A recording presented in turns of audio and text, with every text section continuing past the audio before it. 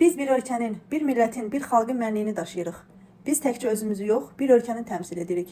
Bir Gülnaz bir Gülnaz deyil. Bir Gülnaz bir Azərbaycanlı, bir millətin nümayəndəsidir.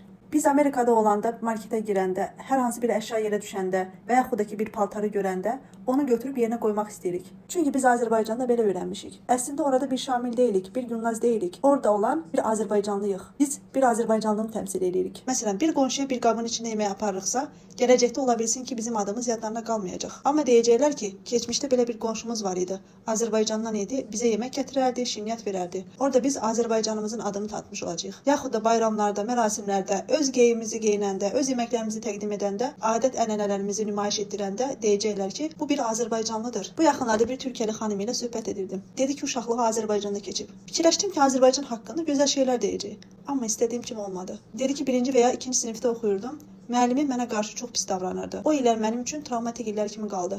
Uşaqlığımdan, Azərbaycanda keçən günlərimdən sadəcə 1-ci və 2-ci sinifdəki illər yadımda qaldı. Mən çox pis oldum, üzüldüm. Bir Azərbaycanlı olaraq bir xarici vətəndaşa necə davranırıqsa, onun Azərbaycan haqqında təsəvvürü elə o cür formalaşır. Düzdür, elə insanlar var ki, bir insana görə ölkəni, milləti dəyərləndirmir.